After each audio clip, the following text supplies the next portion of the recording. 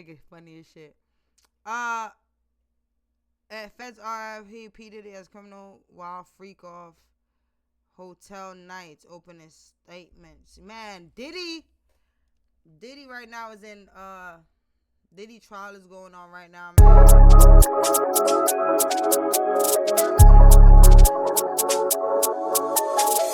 If you've been trying, like, what happened? Like, right? Like, I just kind of want to know, like, what happened? The whole scene out there. You had almost trouble getting into the courthouse today. Talk to us about what you're seeing. Oh yeah, I crashed out a little bit this morning, Jesse, thinking I was not about it to get inside that courtroom just because of just how crazy it is. I mean, you can just see the lines just going all the way back with media. It's going all the way back just with the public, just so some people could either, one, watch the trial, get a glimpse of Diddy's family members coming in and outside of the courtroom, and even as well as see as his attorneys, whose members include Brian Steele, Mark Agnifilo, Mark Garagos playing in kind of that defensive advisory type of role. So it's crazy out here, especially, you know, it's Diddy, it's high profile celebrities, it's salacious allegations. Then on top of that, he's facing a lot of time behind bars. So you can understand why so many people of the public wanted to be here and wanted to get here super early so that way they could attend. I even heard somebody was standing in line and was auctioning off how much that they would give to somebody else in line for up to $500, $600. So that's just a lot of people here. Now, as far as who was inside the courtroom today, still is a lot of famous faces, or well, let me not say famous faces, but a lot of people that we are definitely familiar with here at Law and Crime. You have Mark Garagos in the courtroom, Karen Agnifilo, who is the wife of Mark Agnifilo, who's also representing Luigi as well too. You had Little Rod inside the courtroom today, and he's one who had filed one of the many civil claims against Diddy as well too. He came in probably, I would say, maybe a little like 8:30ish, kind of came in with his sunglasses, 2 chains on, as well as it's crazy. Like, imagine giving this nigga a shot at producing, because he wasn't even like the main producer of Diddy's Love album, right? Give this new nigga a shot. I still feel like that dude was a what's it called? He was working for the feds. I really feel like they placed him there to find out more about what Diddy was going through, because I feel like the feds, when they be watching you from the beginning. Like, it's not like they started watching him because of the Cassie tape. I feel like Little Rod was placed there to watch Diddy. Like, for real. Like, because it just don't make no sense how randomly, like, you not even really the main producer on my album. Yeah, shit crazy. As his attorney was inside that courtroom as well too. You have all of Diddy's children, with the exception of his youngest daughter, Love, were inside that courtroom. So that includes Quincy Brown, Justin Combs, Christian Combs, Delilah Combs, Chance Combs, Jesse Combs. Chance's mother was inside that courtroom. Diddy's mother was inside that courtroom. The daughter of Diddy's youngest daughter was inside that courtroom. And then you have the twins' caregiver, who is also best friends with Kim Porter as well too. So a lot of people were inside that courtroom as well.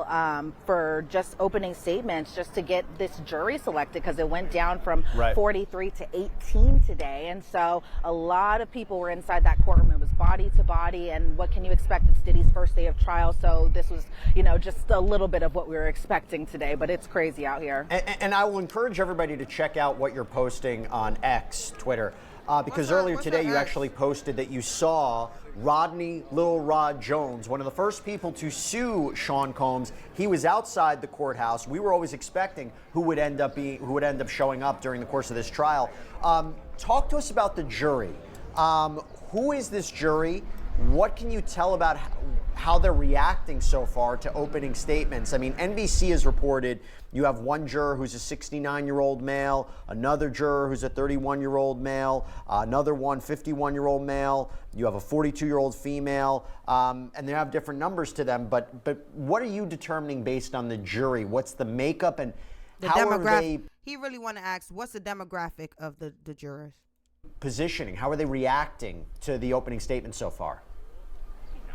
Let me ask it for you, gang. Yeah, well, kind of a hard question to answer, I should say, just because of where I was sitting inside the gallery. It was really hard to kind of see each and every single one of their faces when both sides were presenting opening statements. But what I did see from being inside that gallery was some people jotting notes, some people just very much intently listening to both Emily Johnson for the prosecution as well as Tony Garagos for the defense. But as far as the makeup goes, I kind of just took their jury numbers and compared them to the notes that I took last week when I was here for jury selection. You have one who's a scientist, one whose brother is a security guard. He knew Diddy was arrested but didn't know the charges.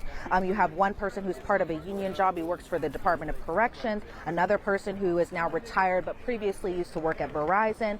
You had another person whose friend is a detective, son is a security guard. But, you know, as far as the defense was kind of making their objections today as far as jury selection goes, and, you know, just kind of the objections. Damn, chat. Diddy might got a chance. They made that, you know, the government was striking 7 black jurors, that type of thing. There were still black jurors that are going to be serving on this panel who are going to be making making the decisions going into those deliberations. So from what I saw of the jury makeup as a whole, it really was a diverse group of men and women of all different ages, all different walks of life as well too. So I'm gonna we hear some commentary in the back right there. This nigga said, Sean P. Diddy Combs. The only thing that Sean is, yo, what is going on in my city? Obviously, I think there's going to be a lot of commentary when it comes to this case. But Elizabeth, you know, we counted up right now. I believe we, as we're looking into this, we're counting up how many men there are. I believe there's 8 men, 4 women. Creemos que el camino hacia la universidad. Because even I don't think we're able to even see what's going on in court, honestly. All different ages, none of them younger than 30 years old. Take that for what it is, a little bit of older individuals as well. But I think it's really interesting when you talk about what we saw today with opening statements, right? And by the way, just to reiterate something that you mentioned before, the first argument we heard from the defense today was saying that the prosecution, they raised what's called a Batson challenge to their preemptory challenges, saying you're striking jurors based on race, which is improper. The judge didn't side with it. They got a jury selected. Talk about opening statements. I want to start with the prosecution. Emily Johnson, what was the main theme of today, and did you learn something new? And Elizabeth, you're going to have to talk a little bit louder because that guy behind you is incredibly loud. So, so what was the theme of Emily Johnson's opening statement, and did you learn anything new? Anybody that might testify? Yeah, so, you know, obviously we've been following this case from the beginning, from the time that Cassie had first dropped her civil lawsuits against Diddy. And so a lot of this stuff that we were listening to from Emily Johnson was expected, right? You know, she starts off with saying, this is Sean Combs. He's a cultural icon, a businessman. He's larger than life. But then she went and kind of talked about the defendant's crimes, the defendant being Diddy, that went past 20 years, you know, kidnapping, allegations of arson, allegations of drug trafficking, sex crimes, obstruction. You know, they were talking about one specific night where the defendant was on the hunt for girlfriend Cassie. So I was pretty surprised there that they just went out of the gates and already had just named her. I was assuming when she were going to be taking the stand, that's when the jurors would know her name. And that they named her right there because that's their biggest evidence. That's their biggest, like, that's what they're trying to use to put Diddy behind bars. I'm going to be real with you. Cassie is their biggest asset when it comes down to the prosecution. When she would be introduced as, you know, alleged victim number 1, but the government came out and just automatically just named her. You know, they talked about the incident where Diddy found out Cassie was seeing another man and that Diddy took his gun and his bodyguard, and Diddy threatened to allegedly kill this man that Cassie was with. You know, Emily Johnson talked about how he had beat Cassie so brutally that he also had to take control of her. He kept videos of Cassie sleeping with escorts and threatened to use them against her. These are the types of things we had already known and were already kind of painted out inside those indictments that the government had written up and that type of sort. You know, Diddy referring himself as a king, which is kind of ironic because he has a giant king crown on the back of his neck. You know, Emily Johnson spoke about the defendant using his inner circle to manipulate women that for a while he watched, how his bodyguards kind of played, or bodyguards as well as employees kind of played a role into this alleged RICO conspiracy as well too, you know. And she made it a point to say this case is not about a celebrity's private sex preferences, because that was something that the defense definitely kind of chalked it up to being, just, you know, that he lived an alternative lifestyle, that type of sort, and we'll talk about that more in a second. You know, while there has been a lot of reports about victim 3 and where her whereabouts are or anything like that, the defense didn't talk about alleged victim number 3. Instead, they kept it pretty short and to the point. They talked about Cassie, they talked about Jane, who we presume to be the other alleged victim. In this case, the government was talking about, the freak-offs being also named Wild King Night, something that we had also known about, as well as even just simply as, hotel nights as well, too. Allegations of flying escorts across state lines, out of the country, into the country, that type of thing, that Diddy had demands for the staff to set up his rooms in advance, lighting, lube, cash for escorts, drugs for both Diddy and the women that were participating in these types of events. Women had to dress in lingerie, had to wear white nails, tall heels, something that Cassie had pointed out in her civil lawsuit that was later settled. Talking about the drug use. Then they went into kind of, the allegations specifically geared towards Cassie and just how, the defendant had met Cassie. They had a 17-year age difference. Cassie was initially given a 10-album deal, and obviously that never happened as far as putting out a whole bunch of different albums and that type of sort. And so these were types of things that we had already known about. I think some of the more interesting points also go to Jane, as far as the other alleged victim. She was a single mom. She met Diddy around 2020 when Diddy was single, when Jane was single, but Diddy was seeing other people. Diddy introduced Jane to the freak-offs, and she had tried one just to kind of make him happy, and then just kind of kept going into this repetitive cycle of doing these freak-offs, wild hotel nights, that type of sort, just to kind of appease him, that Jane didn't want to do these freak-offs, and that she had tried at even one point to hire men on her own that worked in the porn industry so she could pick the men. Diddy made her, these escorts not wear condoms when they, allegedly participated in these types of activities. So these were just kind of the big things that were pointed out as far as the government. And Jesse, do you want me to go into the defense? Because the defense was pretty interesting as well, too. Before you go into the defense, as I was reading about the reporting today, it was the first confirmation that Cassandra Ventura is victim one in this case. We always guessed it. We always surmised it. Now we have a definitive answer. And by the way, I think it was either the prosecution or the defense who mentioned that she's going to probably testify this week as we wonder who the first witnesses are going to be. And also this reference to Mia, who is Sean Combs' personal assistant, that is maybe going to provide some important testimony in this case. Now, before we go to the defense, real quick, as though you're looking at all these people that are behind you right now, Elizabeth, are these all reporters? Are these all fans? Are these all people who are supporting Sean Combs, who are not supporting Sean Combs? Are these just interested spectators? I'm trying to get a sense of the people that are walking behind you right now. Yeah, so obviously I was trying not to pay attention so much because it's really so many people, but it's really just kind of a common mix. It's a lot of people who are here with the media. You have field producers, you have social media producers, and pretty much every outlet across the country is here right now inside that courtroom. I would say there's too many supporters beyond that one guy just kind of yelling, and he had been kind of saying some pretty vile things to us as reporters. So, we're trying too much not to pay attention to him as much as possible. As far as the family goes, right before we did this hit, we saw the family kind of get into a Sprinter van and kind of drive off, maybe to get something to eat, maybe to decompress, because, think about it, Jesse, his children were inside that courtroom, especially his daughters were inside that courtroom, hearing about their father, booking escorts and allegedly beating women and that type of sort. So maybe it was just the time that all the family members just had to get out of here, get away from this media circus. But for the most part, it's a good mix of both media and just the general public who are just genuinely curious. So Elizabeth, I know you have to jump back into that courtroom because they're going to start up in about 15 minutes. Real quick, if you could summarize the defense's opening statement, some highlights there. Yeah, the defense's opening statements were pretty, we were kind of expecting them. They were going to have to admit that Diddy had been physically violent towards women in the past. They were going to have to admit that Diddy had this type of temper, that, he participated in taking these types of drugs, and that his temper was especially bad whenever he was on drugs and alcohol. There was a point in the openings where Diddy stood up when Tenny Garagos was introducing him to the jury. For the most part, even throughout opening statements, he kind of sat there calmly.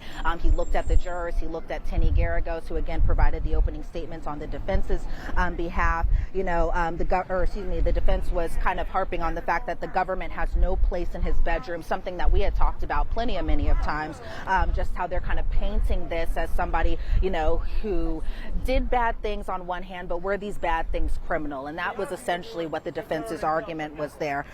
They said that the defense will see domestic violence in this trial, but, while they do take it seriously, they say it's not sex trafficking. So I feel like they're trying to divide this line between, this being a domestic violence spat or domestic violence toxic relationship type of thing, as opposed to these being actual criminal acts that Diddy was allegedly committing and that type of thing. The defense was saying that these alleged victims were strong, capable women, that they made choices that were for adults, they were free of choice, and they came with both pros and cons, and that type of thing. And then they were kind of talking a lot about how Diddy was jealous and how, other partners or his other relationship partners. So, for example, Cassie. They also mentioned Gina, somebody I had talked about in some stories I had done. She had talked about how Diddy was physically violent with her in a. I thought Gina was actually Jane Doe, like the Jane Doe. They said the other victim. I thought that was gonna be Gina. I wonder who, if it's not Gina, who it is. Podcast episode, for example, and so that was kind of her mention there beyond, what the government was talking about as far as. Alleged victims in this case and that type of sort. They had mentioned Kim Porter and how Cassie was jealous of Kim Porter's relationship with Diddy and that type of thing. And then everything kind of ended as soon as Kim Porter had passed away. Cassie went to her memorial service, and that was the last time she had seen Diddy, even prior to her expectation that she'll be inside that courtroom testifying. These jurors are going to see some of these freak-off videos, but they say that it was taken from Cassie's devices, not Diddy's devices.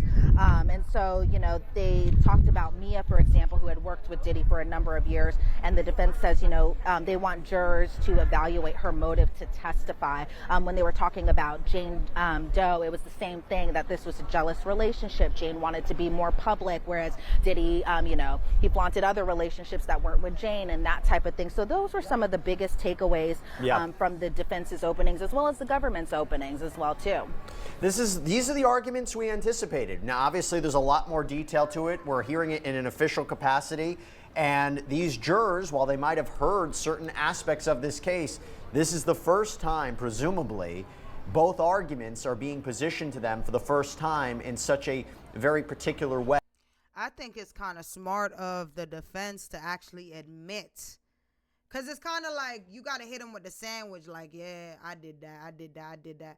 But this whole thing about it being sex trafficking, this whole thing about it being, that's not criminal. You know what I'm saying? Even having the whole arson thing, I heard that happened like 10 plus years ago with Kid Cudi. I wonder if Kid Cudi is going to testify. I'm very interested to know if Kid Cudi going to be finna jump up there and testify, bruh. But yeah, and another thing that stood out to what she said, the defense said those freak off tapes came off of Cassie Ventura's devices. So if y'all saying that Diddy have been harboring all these freak off tapes, the FBI literally got them from Cassie's device. So I think that was a smart thing to put in the opening statement.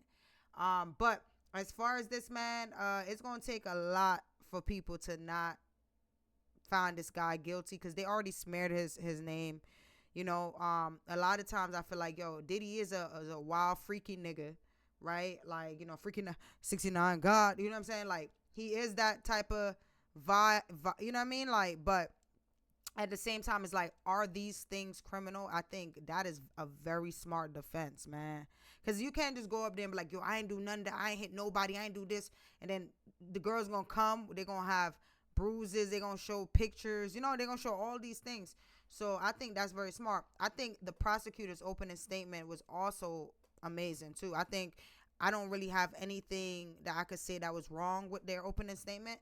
The only thing that I can really see happening, bro, is really like the jurors going back there and be like, this nigga is a freaky ass 69 God ass nigga. But did he, are we gonna say because he likes swingers and hires escorts? There's a bunch of men like that do that stuff. So if you're gonna arrest him and lock him up for those things. I think there's a bunch of these niggas that we need to arrest and lock up for those same things. That's all I'm saying. Keep it the same around the board. Let's not just we're using him as an example. No, keep it the same around the board. A bunch of these niggas is doing the same goddamn thing with even less money than this nigga Diddy got. We need to catch all them niggas if we gonna sit here and say, you know what I mean? But the Cassie thing is crazy, yo. I think the craziest part that's gonna be is like they're gonna start talking about the freak offs and what happened. I just seen a post that said that on the Shade Room, y'all. Hold on, let me go to the Shade Room real quick. Crazy, man. Let me see. I seen a post on the Shade Roomster. Hold on. What? Right? So people gonna look at, oh my God. Also, they even said like she wanted to be public. She was jealous of Kim Porter. Kim Porter was with Kim Porter and Diddy was together at first, and then Cassie came in and she wanted to be the main girl. So it's like a lot of this is just kind of crazy, man. Cassie got her money. She's testifying to do right by any of all other victims living through all these disgusting acts and trauma to help others. Okay. I specifically will speak up, encourage, and say that I did stuff that I didn't want to do that degraded me, but I did it because I love the man and